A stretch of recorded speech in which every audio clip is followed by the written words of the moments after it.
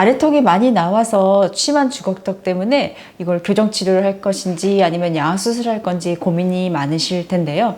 심한 주걱턱의 경우에 비수술 주걱턱 교정 치료로 어떻게 치료를 할 수 있나라는 설명을 구체적으로 증례를 통해서 설명을 해볼까 합니다. 저는 바르네 치과의 원장 이은희라고 합니다. 지금 보는 환자는 18세 10개월의 남자 환자이고요. 아래턱이 많이 나왔어요 라는 주소로 병원에 내원을 하였습니다. 실제로 굉장히 먼 곳에서 저희 병원까지 내원을 했는데요. 이야기를 들어보니까 코가 자주 막히고 잠잘 때도 입을 벌리고 숨을 쉬고 있고 그 다음에 낮에도 주로 입을 벌리고 숨을 쉰다라는 얘기를 했습니다. 앞니가 반대로 물리는 정도가 좀 많이 심해서요. 우리가 정상적으로는 위에 치아가 아래 치아를 덮어주는 정도가 한 2, 3mm 정도인 게 좋은데 그 이상 반대로 한 6mm 정도 반대로 뒤로 물려 있는 상태였고요. 그 다음에 삐뚤삐뚤해져 있는 정도가 좀 많이 심해서 위에는 한 3mm 정도였지만 아래는 한 9mm 이상 정도가 삐뚤삐뚤한 상태였습니다. 처음에서 보자면 위에랑 아래랑 폭경이 많이 맞지 않는 상태였고요. 그 다음에 지금 빨간 점으로 표시한 부분이 서로 물려야 되는 치아인데요. 거의 한 치아분 이상 양쪽 다 앞쪽으로 아래가 나온 것을 볼 수가 있겠습니다. 이에 맞춰서 어금니들도 앞니가 아래쪽이 훨씬 더 많이 나와 있어서 거의 한 치아분 정도 앞으로 나와 있는 걸 볼 수가 있겠고요. 아래쪽에는 9mm 정도, 정말 한 치아 이상 정도의 공간이 부족할 정도로 많이 삐뚤삐뚤해져 있는 상태입니다. 자, 이런 경우에 과연 이제 교정치료만으로 비수술 주걱턱 교정치료가 가능할까요? 저는 구강근기능 훈련이라고 하는 어떤 치아를 둘러싸고 있는 혀나 입술의 근육의 훈련이라는 걸 같이 하는 걸로 인해서 심한 주걱턱의 경우에도 비수술 주걱턱 교정치료로 충분히 치료가 가능합니다. 지금 이 환자의 전반적인 치아 상태에서는 뒤쪽에 사랑니가 한 45도 정도로 누워 있어서 우리가 치아를 움직이려고 하는 방향과 많이 상치되기 때문에 발치를 하는 쪽이 좋겠고요. 다른 쪽은 특별히 치아에 문제가 있지는 않았습니다.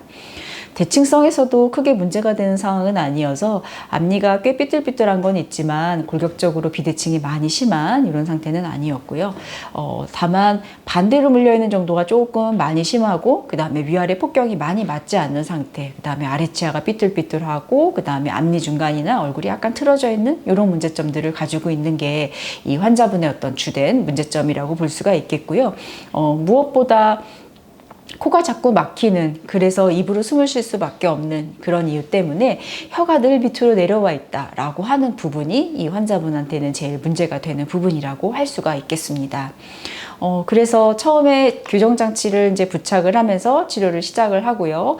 처음에 한 달 정도 경과가 되고 한 3달 정도 경과가 되면서 폭경이 많이 좁았던 것들이 어느 정도 이제 좀 따라오나 맞아오나 하는 것들을 볼 수가 있겠고요. 한 7달 정도 경과가 되면서는 지금 빨간 점으로 표시한 치아들이 서로 물려야 되는데 오른쪽은 많이 따라왔고 왼쪽은 거의 정상 위치 정도까지 따라온 것들을 볼 수가 있겠고 폭경이 안 맞는 부분들이 많이 좋아진 것을 볼 수가 있습니다. 더 진행이 돼서 한 11개월 정도가 되었을 때는요, 거의 정상교합에 가까운 위가 아래를 덮는, 그 다음에 위의 폭경이 아래 폭경을 덮고 있는 이런 상태로 바뀔 수가 있었고, 실제로 물려야 되는 치아들도 제 위치에서 잘 물리게 되는 것을 볼 수가 있겠습니다. 그래서 교합이 안정이 되는 것들을 확인을 하고 치료를 마무리를 할 수가 있었고요. 자, 처음 상태였고 한 달 정도 경과가 되고요. 한 3달, 그 다음에 7달, 11달 정도 경과가 되고 실제로 안정이 되는 것들을 지켜보다가 26개월 정도 후에 교정 치료를 마무리를 하였습니다. 처음 상태에서 치료가 끝났을 때의 모습이고요. 반대로 물렸던 심한 주걱턱의 경우가 교합이 개선된 것들을 볼 수가 있겠고, 이 환자분이 얼굴 모습에서 보면 다물었을 때 아래가 이렇게 나오면서 심한 주걱턱으로 발현이 되었지만 교합이 개선이 되면서 얼굴 모습에서도 아래턱의 길이가 달라지는 것은 아니지만 교합이 달라지는 걸로 얼굴 모습이 개선된 것을 확인할 수가 있었습니다. 실제로 2개의 사진을 처음 하고 치료가 끝났을 때의 사진을 중첩해 보면 어느 정도 어떤 변화가 일어났는지라고 하는 것들을 볼 수가 있는데요.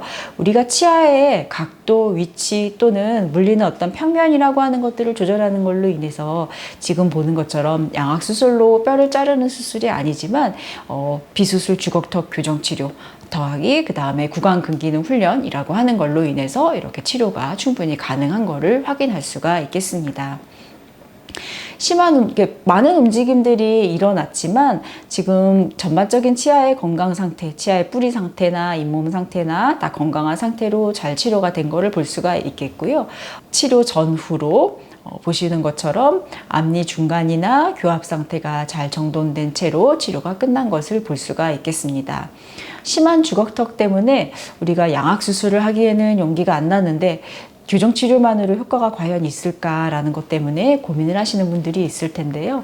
우리가 구강 근기능 훈련이라고 하는 거를 교정 치료랑 같이 하는 걸로 인해서 심한 주걱턱도 충분히 교정 치료로 치료가 가능합니다.